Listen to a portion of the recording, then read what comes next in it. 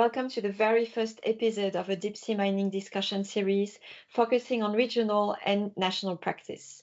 Today I'm joined by my guest, Edwin Egede, as we dive into Africa's vital role in ocean affairs and the law of the sea.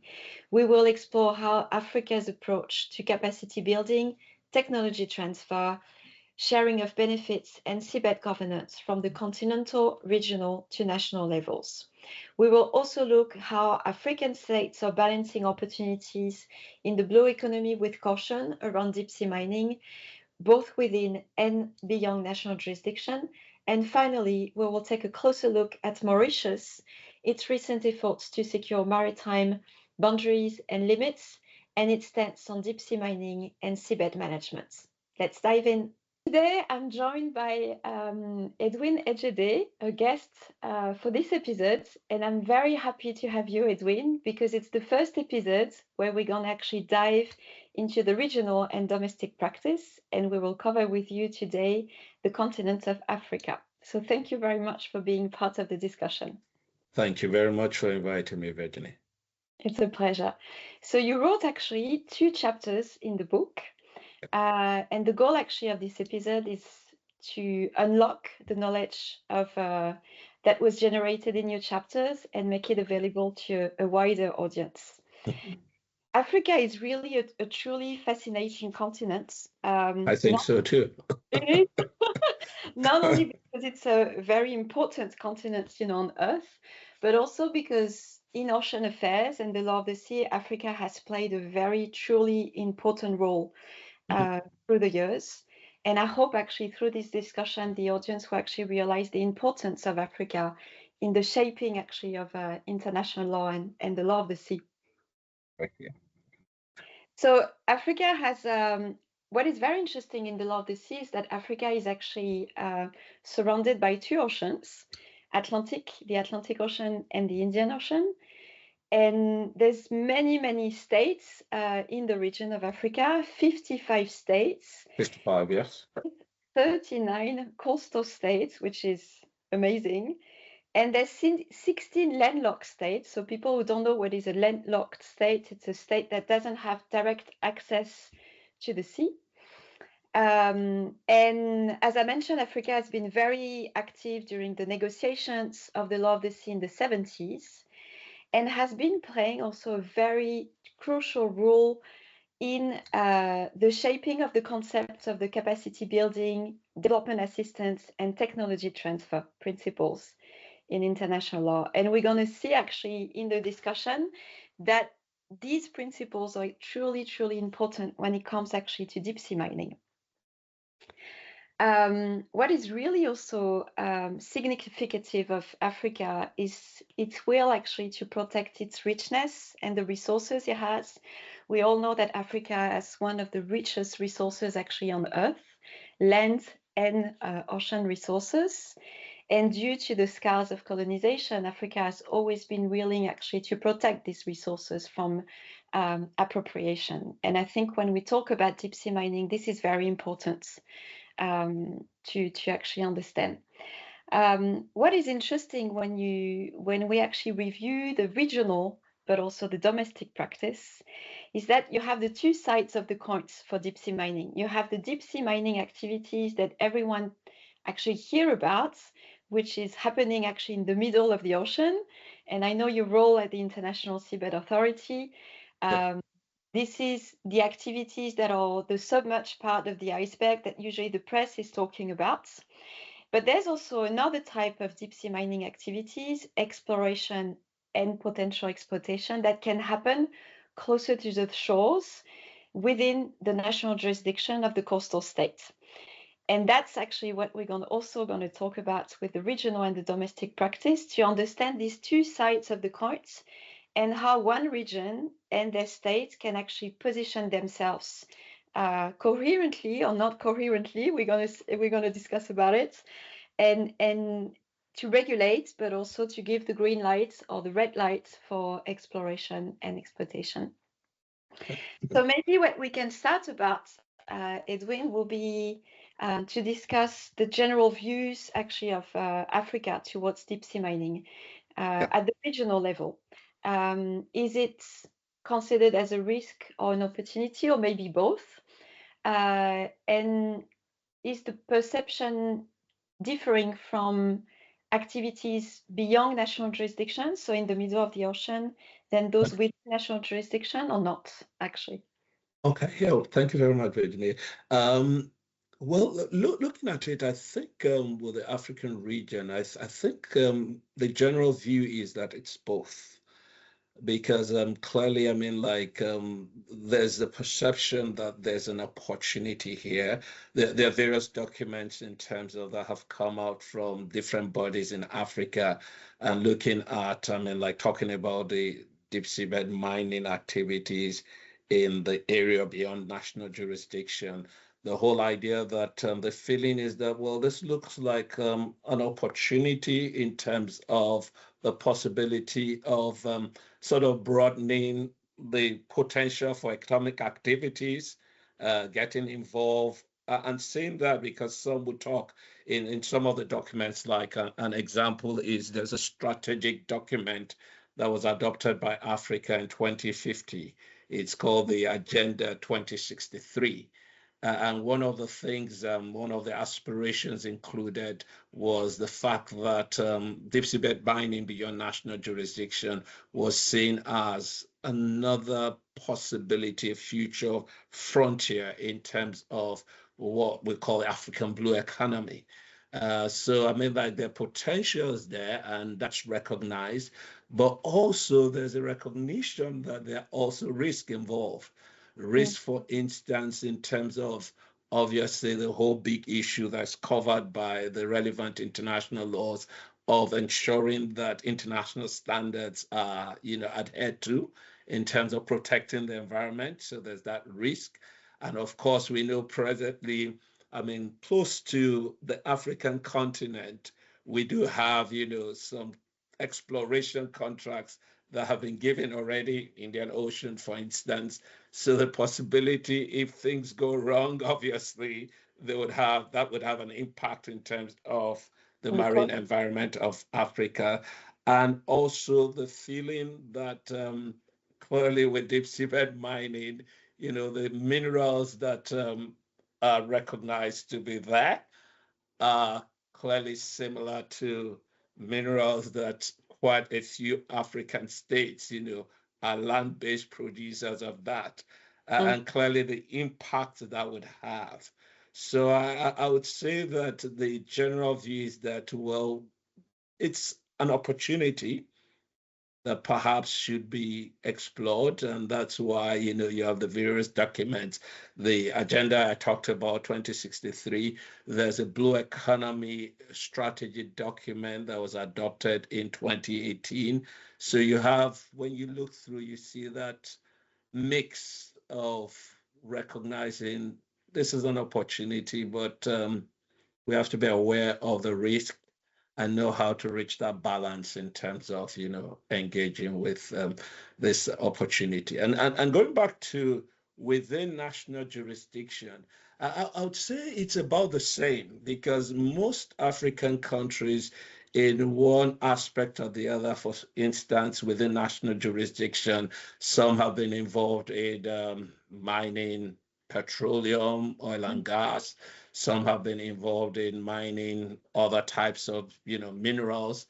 And there's clearly a historical experience of some parts of Africa where that has not gone very well in some instances, For instance, I mean, like companies, some multinational companies, and perhaps arguably some would say in collaboration with some of the local players, have gone in, have exploited, and there's been serious environmental harm. They're different, I won't go into example. So I think there's a consciousness that in the new move, that there has to be a recognition, well, these are opportunities, but let's also recognize their risk, and let's try and put in place appropriate frameworks that hopefully would help in minimizing the risk. Yeah. It's interesting what you say, because you've been talking a lot about the concept of blue economy. and the blue economy concept is deeply embedded into the concept of sustainable development. Yeah. Yeah, Sustainable development, it's economic, it's social, environmental. So you have like this type of balance between the two. And we see that the blue economy has become like a priority for many African states, actually, and the African Union. Maybe you can explain a bit. The blue economy is not limited to ocean activities, right? I mean, sorry, the blue economy is not limited to deep sea mining, but covers any type of range, of ocean activities. Yeah, that's right. But with Africa, I mean, obviously, blue economy is becoming a general concept all over the world. People are engaging with it. But with Africa, I think it became particularly important, you know, during the whole idea of maritime security, the piracy issues, you know, Gulf of Aden and, you know, Gulf of Guinea. And the whole idea, the international community was very interested in maritime security. And so there was this push in terms of African states that, of course, we recognize that that is really, really important, maritime security, but also we're seeing huge potentials in terms of, you know, the ocean space all around Africa. We're seeing, and some would say, well, maybe there's a variant in terms of Africa's understanding of the blue economy. We're seeing that even with landlocked states, that there are internal waters like lakes and rivers that we can, you know, basically exploit to get, you know, generate, resources from the ocean and the rivers and the lakes. But one of the things, I mean, we're seeing, as you rightly said, the blue economy goes beyond, you know, in terms of the issue of deep seabed mining. But we're seeing a situation where, I mean, like African states are recognizing that, well, this might just be a potential area that might be an aspect of the whole idea of the African blue economy. One of the things that, I mean, makes it particularly interesting in relation to deep seabed mining beyond national jurisdiction is that because of the principle of the common heritage of humankind, you know, clearly, I mean, like that embraces, you know, the whole range of countries in Africa. So not only coastal states, not only large ocean states, but also landlocked states could get involved. And I recall in 2017, I was very fortunate to be part of a conference that was held in Uganda on the, excuse me, under the auspices of the International Seabed Authority, working along with the United Nations Economic Commission for Africa and the African Union. It was held in Kampala, Uganda. And that was one of the things that was stressed in terms of it can be a part of the African blue economy that would sort of incorporate everyone, you know, whether you're landlocked, whether you're a coastal state, you're a large ocean state. So that is something that in recent times, I mean, like has been pushed as one of the possible aspects of the African blue economy that needs to be, you know, looked at. Yeah, it's interesting what you say because I think it goes back to, you know, the important push of African states to what you describe in the chapter, a rigorous compensation scheme for activities. So what does it mean actually for people who don't really know what it is? It's basically a payment that is made when exploitation occurs, and then you have specific rules of sharing of benefits of the money generated from the selling of the resources.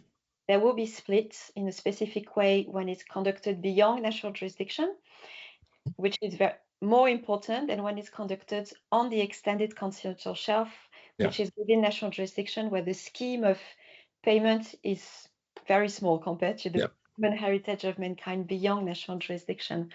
So maybe you can explain a little bit what is the views actually of Africa, as you said, for activities beyond national jurisdiction. The opportunities given for Africa is actually to be able to provide benefits to not only the coastal states, but also the landlocked states, right? Yep, that's right. Well, Africa has always been clear in terms of that position. We have in the International Seabed Authority, you have different regional groupings, and you have the African regional grouping. And one of the things that the African regional grouping in the International Seabed Authority has always been consistent and clear about is that there had to be a fair, equitable distribution of whatever is got from the deep seabed beyond national jurisdiction. And there's been a lot of discussion in terms of, what will be the percentage in terms of the royalties when that eventually happens. And I think one of the clear positions of the African group in the International Seabed Authority is that the agreed percentage has to be fair in terms of those who will benefit from, the distribution, and that we have to be careful that we're not having a situation where those who obviously would invest in exploiting, which is important, would carry a large chunk of the percentage, and that it's not really worth the while of the beneficiaries in terms of that. So I know there have been a lot of statements issued in terms of that that has to be worked out, and whatever royalty payment or whatever way that it's agreed that this should be distributed, it has to be done in such a way that it's clear, that it's fair to the beneficiaries who are meant to receive, part of the contribution or part of the resources that will come from that. And also, I mean, like we also know that from the provisions of the relevant international laws, that it goes beyond just monetary benefits.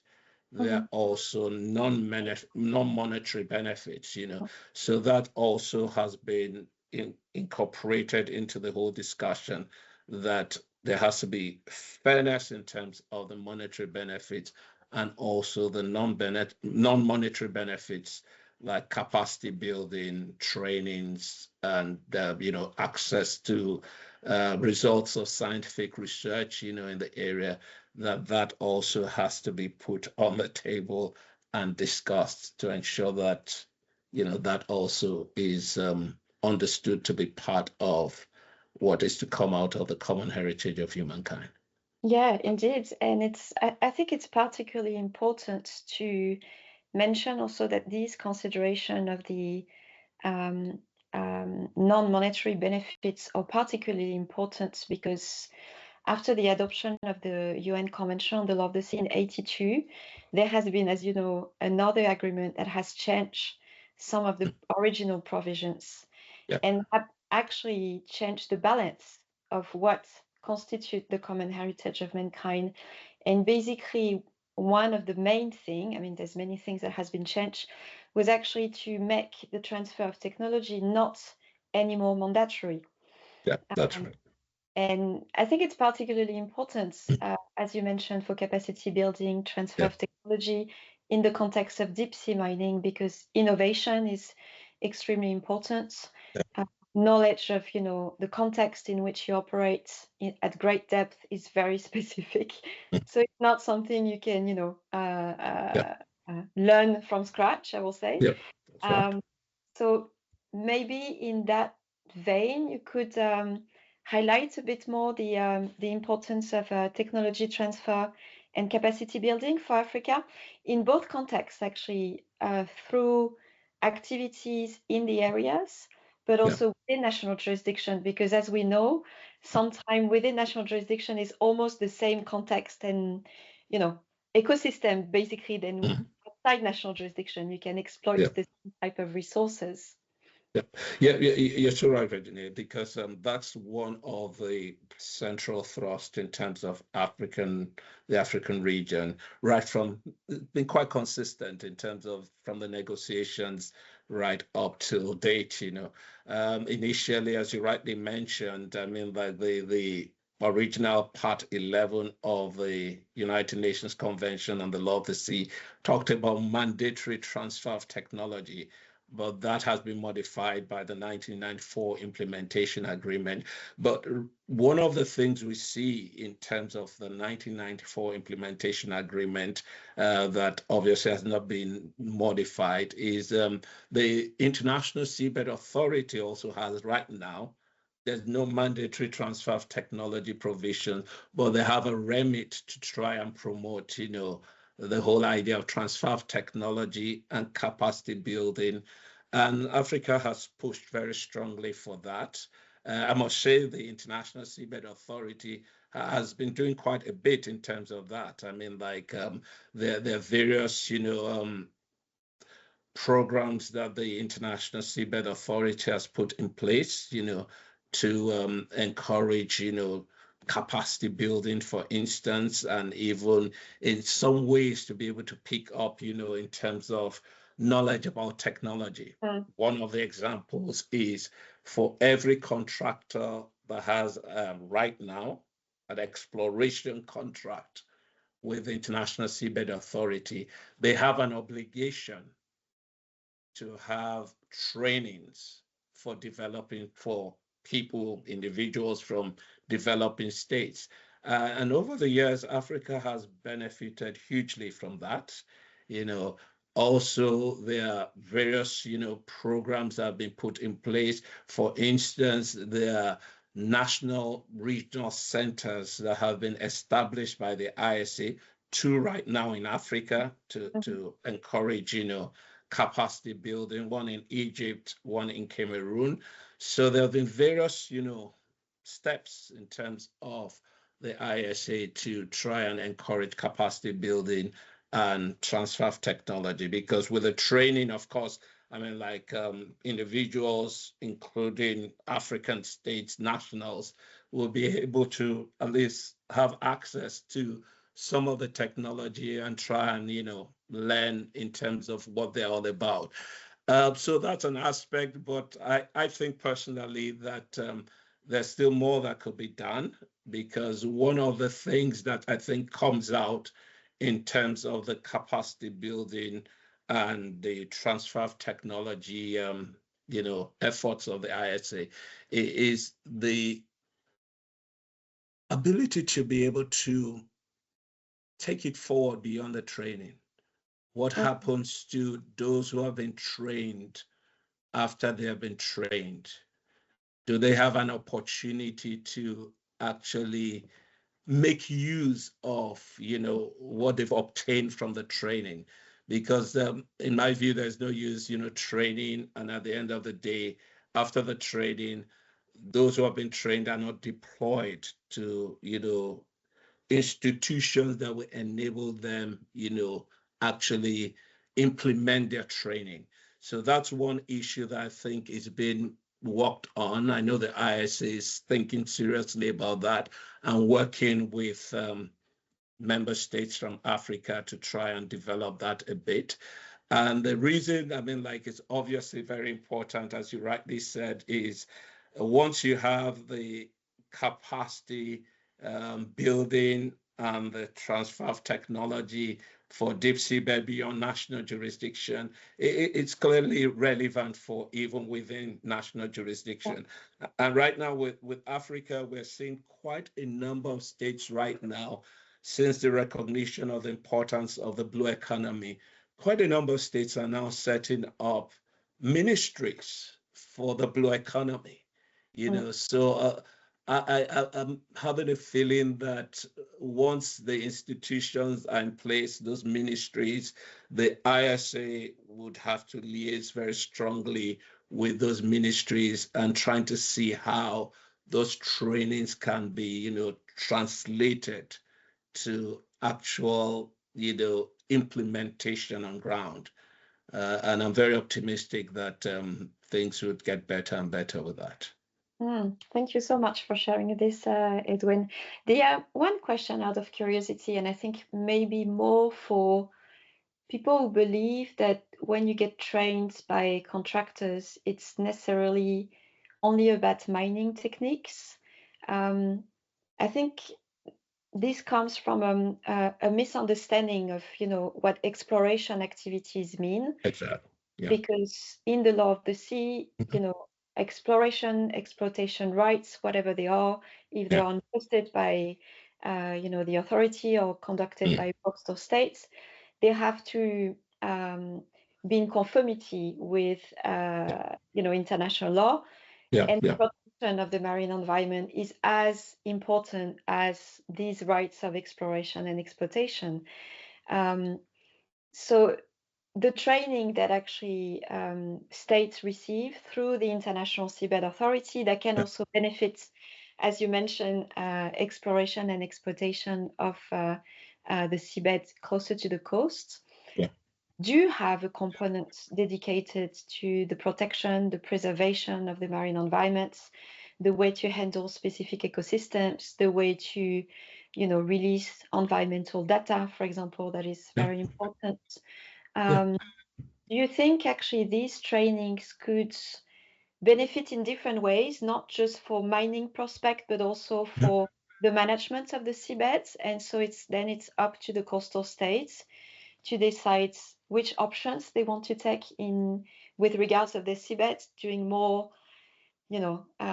exploration, then exploitation, or different type of exploitation, which could not be only resources, mineral resources, but also genetic resources, for example, but coming from, biodiversity specific components. You're right. I think, to be clear, I mean, like the training goes beyond just in terms of training on exploration and exploitation techniques. The training is broad enough, and there are trainings that have been done by contractors that actually relate in terms of, in terms of protecting the marine environment, because that is a very important part of the mandate of the International Seabed Authority. While it's meant to manage, mining activities under the relevant international laws, it also has that important mandate to protect the environment. So part of the training would involve that. I'm aware that sometimes, you have scientists from developing states, including Africa, who go out to sea with the contractors, and they go out to sea just to find out the kind of biodiversity is available in terms of the deep seabed area, and this is helping, of course, with the contractors involved in that to build up the relevant database that the ISA has. So I mean, like, we have a wide range of trainings that the contractors offer. And some of them might be on-sea training, some might be in terms of online training, some might be actually sending some of the candidates from developing countries, including Africa, to universities, and they learn a wide variety of things, just capturing the mandate of the International Seabed Authority, which is not limited to just mining. It includes protecting the environment. It includes the whole idea of marine scientific research and other things like that. So that the training has been, in my view, I mean, looking at some of the examples, I think it's wide enough to cover training beyond just mining. Yeah, fantastic. Let's go back a bit to the let's say simple questions about how seabed management is governed in Africa. So the African continent is not governed like European law, for example. I think it's good. But for people who don't know, actually, who has the competence to manage the seabed? Does it rest solely with the coastal states, with direction of the region, with the policy vision of the region, and then translated into the coastal states? Or is it actually more complex? Can you actually... Well, thank you very much for that question. I think it's a very, very interesting one. I think the way it works in Africa, because there are different levels, obviously, in terms of Africa. You have the continental level with the African Union. Then you have what we call regional economic communities, in the African region, for instance, ECOWAS, SADC, and different regional economic communities. And then you have the various states, as you identified at the onset. I mean, 55 states, that's a huge number involve states. So the way it works out is that competence in terms of seabed mining, it spreads to all the levels. The African Union, for instance, has been very involved in putting together strategic documents relating to seabed mining. The regional economic communities of the different regions in Africa have also been involved, and it trickles down right to the state. But the way it works with the African Union that helps in terms of dealing with, potential tensions in terms of, the competence is the African Union operates a principle that is called the subsidiarity principle. And the whole idea of that is that while the competence might, be in terms of the different levels, the African Union, by reason of that principle, would usually prefer, more to be done at the regional economic community and state level.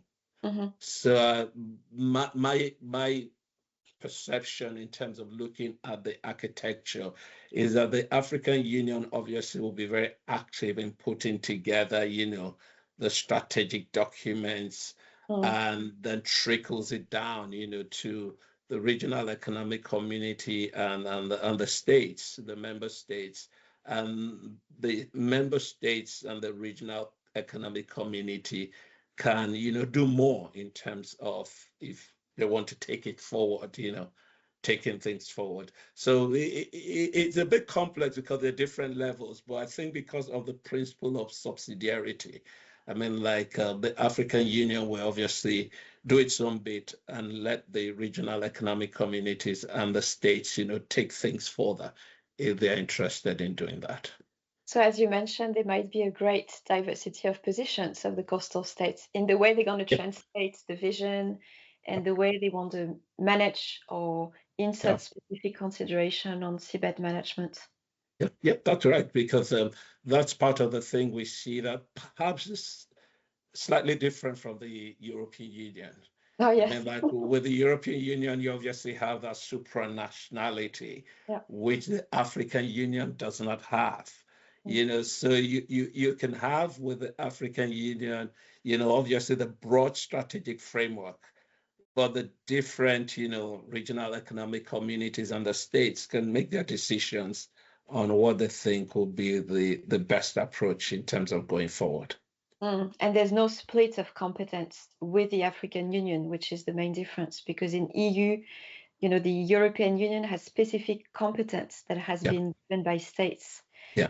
So that's another level, and that can create a lot of tension. Because it's interesting. I mean, like with the European Union, the European Union is a party to the Overseen Convention, and is also a member of the International Seabed Authority, but the African Union is not. So I think that tells a lot in terms of the differences. The African Union, based on its predecessor, the Organization of African Unity, has the opportunity to have an observer status. And, as far as I know, there have been discussions in terms of that, but that has not been, finalized. So it can have an observer status like any other international organization interested. But it's debatable, and it's something obviously would have to go into complex discussions in terms of international law. I don't think this is the platform for it. It's debatable whether the African Union has that competence to actually have membership of the International Seabed Authority. It's really interesting. Let's dive a bit more now to the domestic practice. So the other chapter that you wrote actually was dedicated to Mauritius. Mauritius is a wonderful archipelagic state situated in the Indian Ocean, quite far away from the coast of Africa, 2,000 kilometers away from the coast of Africa. And Mauritius has been very active in the last years in securing boundaries and defining, the outer limits of its jurisdiction. And we've seen that Mauritius, if I remember well, was the first states together with the Seychelles, who actually submitted an extension claim for its continental shelf. And then it's been followed by a very, very long, I have a list series of African states. 22 African states have been actually submitting a dossier for the extension of the continental shelf, with Ghana, South Africa, Kenya, Nigeria, Côte d'Ivoire, Namibia, Mozambique, Madagascar, Tanzania, Gabon, Angola, Somalia, Benin, Togo, and Liberia. That explains actually the importance of the marine space actually in Africa. Do you think more specifically for Mauritius, because they've been really keen on defining their boundaries and being able to clarify the limits of their sovereign rights and jurisdiction, do you think this extension of the continental shelf is intended to secure sovereign rights, or do they reflect like a strong will to explore and exploit? Because it could be two different things, like a geopolitical move to secure, or a real will to explore and exploit. What do you think? Again, I think just like the first question you asked in terms of Africa, the risk and the opportunities. I think again for this is both actually, because there's a clear interest in terms of securing, the extent of the continental shelf, including the extended continental shelf that belongs to the different coastal African states.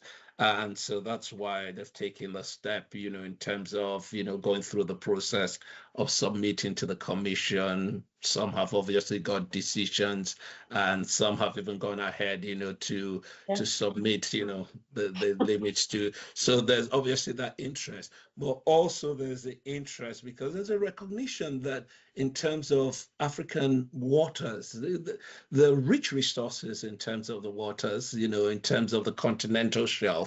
And the whole idea is clearly, looking towards that, in terms of, the possibility of, eventually exploiting the extended continental shelf.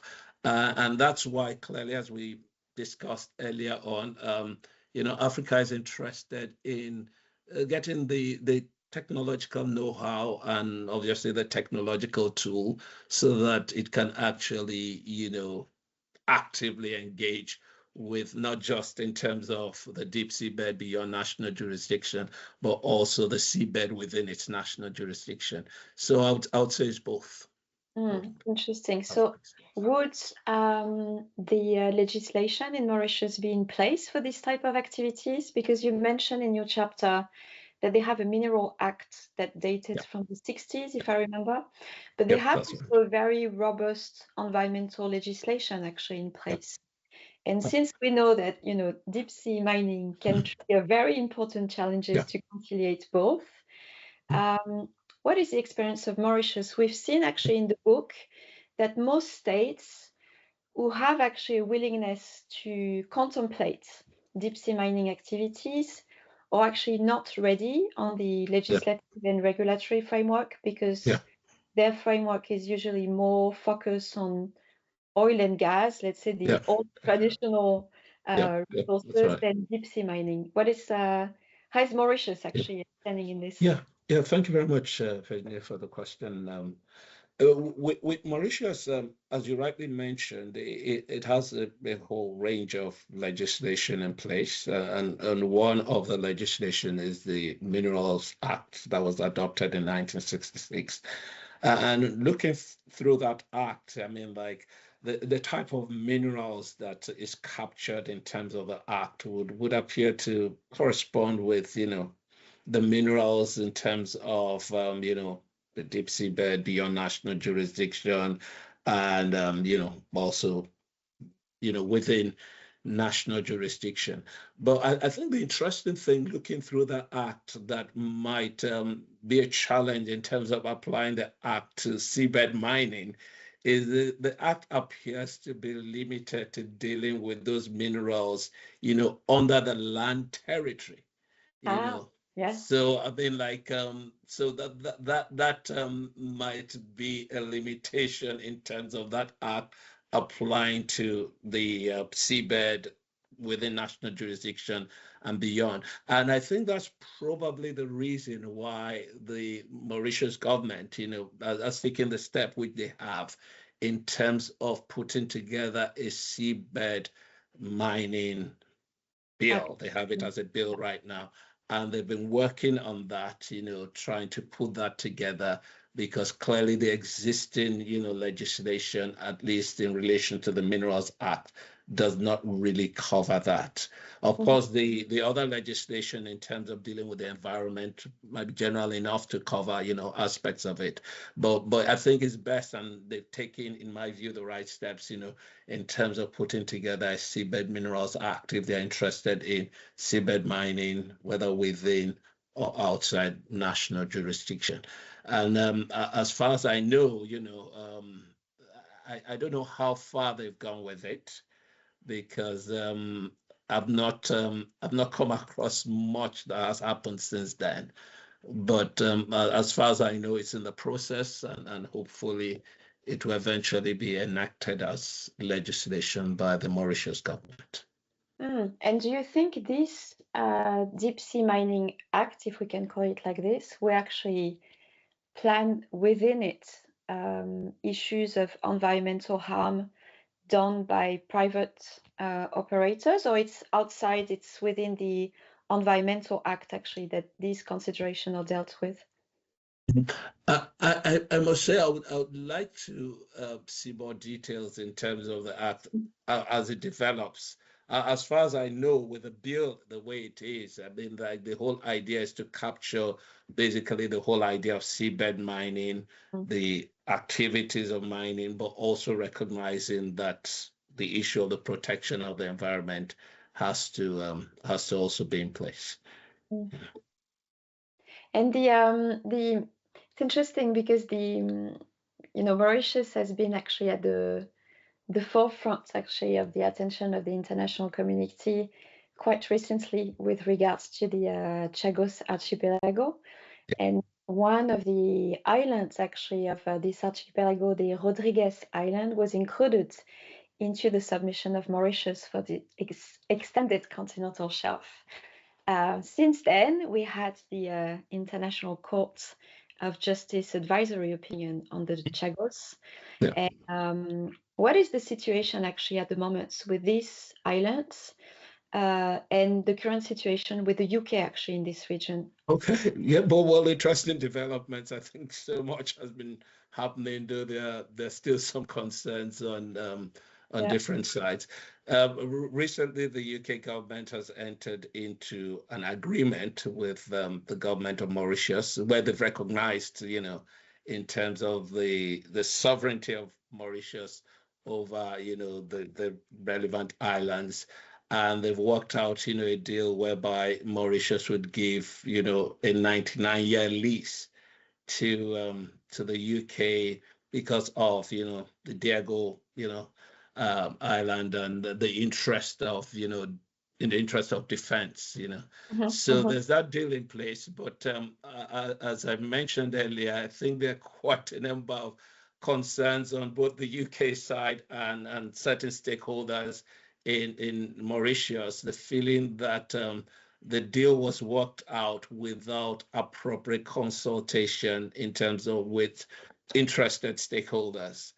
And it obviously, the deal, there's a lot of money being exchanged, but it will be interesting to see how things will pan out in terms of that. But one thing that is clear, since the advisory opinion, at least there's more clarity in terms of the sovereignty of Mauritius over those islands, which I think is good news in terms of Africa. It would be very interesting to follow up the development, because generally speaking, everything dealing with seabed is also always linked to defense and security, not just the exploitation of resources. So the way, these parts of the seabed around the Rodriguez Island will be dealt with will be very interesting. Yeah. Maybe one last question. Since we've seen that Mauritius actually has a keen interest in being able to contemplate potential deep sea mining activities, while at the same time, of course, preserving its waters. What type of role actually could have Mauritius in the region? So if, for example, we have deep sea mining beyond national jurisdiction, so taking place in the Indian Ocean, is Mauritius, do you think, considering playing a role as a port or as a specific, logistic hub for this type of activities, or we will be more coastal states of the African continent playing this role? I must admit, I don't have direct information in terms of that. So it would be difficult to say, but in my view, in terms of Africa, I think the options are very wide in terms of, for some, because we always talk in terms of Africa about the possibility of, we call it, some scholars have called it the diversity in terms of the blue economy. So sometimes it's really difficult to lump all African states together because, as we said earlier on, you have the large ocean states like Mauritius, who have, large oceans around, huge EEZ, extended continental shelf. You have the coastal states, you have the landlocked states. So I'm not aware directly that anyone has specifically, any state has specifically said there's a preference one way or the other. But my thinking is because of the diversity of the blue economy, we may find out that you may have different states having a range of views in terms of the approach they would take. Of course. And it will be interesting to see, eventually what Mauritius' approach would be, because there's not much information out there that I can categorically say, yeah, okay, well, this is. I know it's a difficult question, and it's actually even a difficult question for the Pacific side, so but it's always interesting to actually understand, the complexity actually of Yep. planning these activities. It's not just happening like this. Because another interesting thing that might help in terms of the thinking about this possibility is there's a big drive in terms of Africa, in terms of the whole idea of critical minerals. And there's a whole, they've developed a continent-wide strategy in terms of developing, green minerals. It's called green minerals, but basically critical minerals, similar to, what is obtained in terms of the seabed beyond and within national jurisdiction. The only thing about the strategy is that it appeared to be more focused in terms of the land territory. But one of the things that comes out that I think might be relevant in terms of it is that there's a push in terms of the whole idea of not just getting these critical minerals to export as raw materials outside, but to get these critical minerals and to add value to the critical minerals so that it can be refined, it can be processed, and then it can be exported, because the feeling is that obviously that will bring in more. So that might perhaps point to a whole idea of the possibility of, the certain African states thinking seriously about the possibility of being processing centers. Yes. So that they can be processing centers for both the land-based critical minerals and perhaps critical minerals that will come from seabed mining. That's just my thinking. Oh, but that's very interesting. Do you think, since there's a lot of diversity, because there's so many states in Africa, of course, there's a lot of different positions towards deep sea mining and any economic activities. Do you think there might be a clash between those that are really interesting in developing deep sea mining and those who are actually completely opposed to deep sea mining? Or do you think it's more like a balanced approach you have in Africa? I think at least from the documents that have been, brought out, as I mentioned earlier on the Blue Economy strategy adopted in 2018, the whole approach appears to be a balanced approach. Mm. In response to your question earlier, and I talked about, opportunities and risk, So I think that's the whole idea. But that is not to say, because clearly when you look at Africa, you have a wide range of states. And there might be some states that maybe because they're very, very, very emphatic in terms of protection of the environment, and they might make that decision in terms of, well, we're not interested in seabed mining. And I don't think that would stop other African states, because the way it works out, though you have that platform of the African Union, every African state is a sovereign state, and they have to make their sovereign decisions. So I doubt if there'll be any conflict or tensions. I think it would just be a question of what each state would feel will be best for their sovereign state, and they would, take that forward. That's a very big difference, for example, with the European Union, because we have within the European Union different positions towards deep sea mining. We have states that are completely against, others that are neutral, others that are for, and basically none of the deep sea mining activities are happening in Europe. Within the European side, it's always in overseas territories, and so it's the tensions you can see is different, and the way they can manifest. You don't have the same type of, for example, neighboring issues, since it's more like let's say more like a political positioning in Europe rather than anything else. In Africa, it's different, because if you have deep sea mining activities conducted within national jurisdiction, you can have, of course, issues of pollution and environmental harm spreading throughout, beyond the borders. So that's why I was asking the question if the relationship is a bit different. Yeah, well, in terms of that, the possibility of the spreading, I mean, there are provisions, as you well know, in terms of, the relevant international laws on what to do in terms of that. It's just like looking at, I'll give an example, maybe in terms of oil and gas. Some countries have gone into oil and gas, both onshore and offshore, and they've been doing that for a while. I'm aware of certain countries that have in Africa that have oil and gas, but have preferred to basically put a hold on it in terms of taking things forward in terms of exploitation, because they want to do the appropriate study. They want to be sure, that they're getting it right, So I would say, well, obviously there are challenges that would arise in terms of the possibility of pollution activities offshore and it moving on to, and there are ways that obviously they would be able to meet, and there are platforms for that. They can either meet through their regional economic communities or have bilateral meetings to discuss that.